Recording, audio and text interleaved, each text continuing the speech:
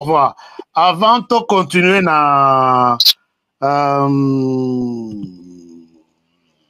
les fourmis rouges, tous on a nos Tarsis Mounyanki, Tarsis. Bonsoir Yoshka. Bonsoir Tarsis, comment ça va? Ça va bien. D'abord, je vais me présenter, même si c'est la deuxième fois. Moi, je suis rwandais, mais je ne suis pas rwandais comme ce que vous connaissez de Kagame. Non, je sais que vous êtes rwandais modéré, rwandais voilà. ouvert. Voilà. Tarsis, oui, Tarsis. Naningina intervenir na Poemi Bale, pour y a Congo Brazzaville, et puis na pour y a négocier, il y a dialogue. Bon, je ne sais pas si okope sanga wa minute moi moke pona na koka. Tarsis, ba Congolais bazo yoka yo, ozana maloba, loba totala. Place ni tokokatela yo puisque baza ebele qui sont en train de suivre cette émission, balingi ba intervenir. OK, pona likambo ya Congo Brazzaville, pona ba relation ya Denis Sassou Nguesso na Kagame. Nalingi na yebi sabato ya Congo Brazzaville parce que ba Congolais ya ETC ba yebi makambo nyoso. Nalingi na s'adresser na bato ya Congo Brazzaville o ba yebi likambo ya Kagame te na bato na ye. Ya liboso Denis Sassou Nguesso azomi kosa pona ba Rwandais parce que tango tokomaki kuna na Congo Brazzaville na 80. Tarsis yo ozalaki réfugié na Congo Brazzaville.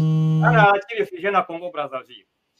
Alors donc outi Rwanda otamboli makoloti okomi na Congo Brazzaville. Oui.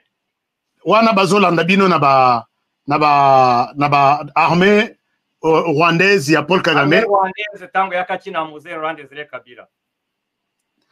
Donc, ebele ba kufi na nzela, bo se retrouver kuna. Mais est-ce que l'air boyoki, wana avant on peut se témoignage na yo. Est-ce que l'air boyoki li kamboyo? Et ça bino quelque chose, puisque pour l'instant, il y a 8000, plus de 8000 Rwandais qui sont restés là-bas, essentiellement les Hutus, qui ont fui l'armée rwandaise là-bas. Maintenant, Sassou va prendre l'armée rwandaise et mettre à côté. Est-ce que vous allez vivre? Est-ce que vous n'avez pas peur? Est-ce que vous ne vous êtes pas posé la question, allez-vous vivre en paix ou c'est une manière maintenant, il y a qu'au livrer binonyoso au Batikalikuna? C'est sûr que nous sommes en insécurité parce que Tango Sassou a décidé qu'on ait kozwa bato ya Kigali. Yariboso asari comprendre bato ya Kigali ba botori statut de réfugié ba utu bazana Congo Brazzaville. Donc bazali sont considérés comme des réfugiés? Non. Baza kuna comme sans papier. Oyo nalingaki naloba c'est que tango tokomaki kuna na 97 tokutaki pouvoir ya Pascal Lissouba. Tango wana Sassou azalaki présidente. Tango tokomaki kuna Lissouba alinga benga na biso apesi biso 30 jours po ya kozonga na mboka na biso alors que tokomi kuna tokima asko tozwaki chance aswana kina Denis Sassou Nguesso babandi bitumba na 5 juillet 1997.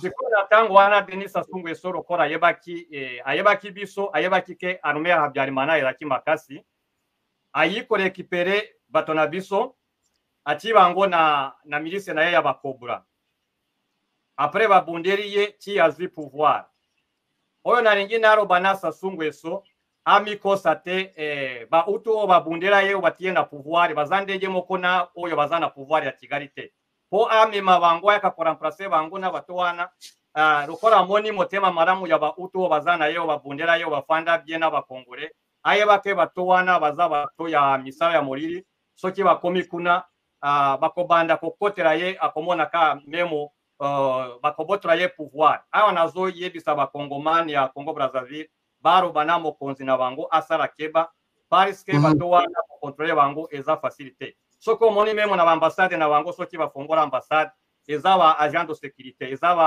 ba service de renseignement wa batiaka donc ba agent ambassade nyoso ba militaire civil moko akozala te ndenge bazoyaka na Congo Brazzaville na ba projet ya agriculture bazoyaka na ba investissement ya industrie ba komema ba militaire ni bango basala kamisala wana na société na bango ba bengi Christo Venture Donc, Crystal Venture, oui. Donc, ça va militaire, va assassin, va militaire expert dans l'enseignement, va militaire oyo va ça ka infiltration facilement. Ce qui va commis kuna ndenge ba Congolais ya Brazzaville ba mesani ba Rwanda ba Hutu ba zakuna ba ko kanisa eza bango ba ko banda ko pénétrer na kati ya mboka oyebi nani kuna na Brazzaville frontière eza Fleuve Congo. Mais soki osundi na se kuna soki okomi kuna na mboka moko ba bengi Boko oyo eza na Boko oui. Ya soki ozomona Boko na nzinga eza na region moko na kanisi eza Mbanza Ngungu. Donc soki Fleuve komi kuna na Boko ekotaka na kati ya RDC, mabere ya RDC etikala kore na mabere ya Congo. Donc, okay.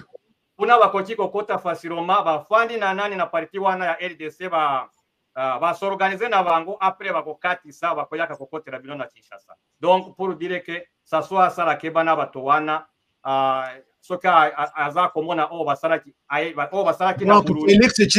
Félix Tshisekedi asala keba na Sassou na Paul Kagame, c'est ça? Yes. Merci beaucoup Tarsis. Tarsis. Oui. Tarsis, il faut tout ça l'émission moko peut-être semaine autozo banda puisque na moni osana makambo ebele biso ba Congolais tout ça na posa toyoka. Ego se persanga soki to sala émission parce que nazana makambo ebele akoyebisa bino o ba Kongomani mingi bayebi yango te. Na likina intervenir na poe ya mibare oyo ya ba négociation. Na yebite oyo mota sengi dialogue. Soki eza opposition ou soki eza ba M23 ba sengi dialogue na yebite. Donc ba M23 mutwazo senga dialogue. Bon, on a ba M23 l'opposition aussi azo senga dialogue. Ndenge moko na M23. OK, ngana ringina robana bato ya opposition basala keba pona M23. Parce que ezali kambo moko esalama na mboka na Rwanda. Tango opposition ya Rwanda opposition na biso ekweyi na mutambo wana tango FPR oyo eza na pouvoir na Kigali tango eza kobundisa biso bango pe basenga ki négociation barobi pouvoir ya Habyarimana négocier na bato ya FPR sikoyo Habyarimana andimaki yango ba négocier et puis basuka ki na ba accord ya Arusha esengera ki ba éliminer Habyarimana po bazwa tout soki ameki kokota na négociation na bango ba nani oyo ba opoza o bazokotela pari ba rebelle ya M23 tango bakosuka na nani na objectif na bango bakobanda ko éliminer bango bakozero kote na kati ya pouvoir oyo bakozwa na sima donc bakomona o tozwaki na mboka na biso awa tokomi banteratera tozangi mboka bango bakoteli bazimboka ba récupérer yango sikoyo bazoruka bazwa PRDC. Donc soki bondimi kokota na ba dialogue wana ekokomela bino likambo wana na ringina na interpeller bino ondimate et puis pona dialogue oyo ba M23 ba lakisa ki ba point de doléance na bango te parce que soki tomoni ke bazobunda po mabere ya est kuna ya Masisi na Ruchuro eza mabere ya Rwanda. Donc nazomona te objectif ya dialogue wana ya ko dialogue na bato baringi ba katamboka na biteni. Donc soki dialogue iringezala na kati ya Rwanda na RDC et puis wana ekozala conflit international ekosenga communauté internationale et séparer bino na Rwanda parce que ni yango yebi banani ba frontière kuna soki te ko kende ko négocier mabere na bino ko négocier frontière na bino na nani na bato oyo baza ba supplétif na kanisi eza na ntina te. Merci beaucoup Tarsis pour un témoignage na yo, ça me fait du bien koyoka ndenge ozobeta lisolo yango ya Congo, on dirait oza na kati ya Congo, mais c'est bon tokosala moi échange émission moko toyeba ko partager expérience yango to vandelia pona ko alerter pona ko sunga bande ko mosusu bayoka. Merci d'avoir été de notre bonne soirée là où vous êtes.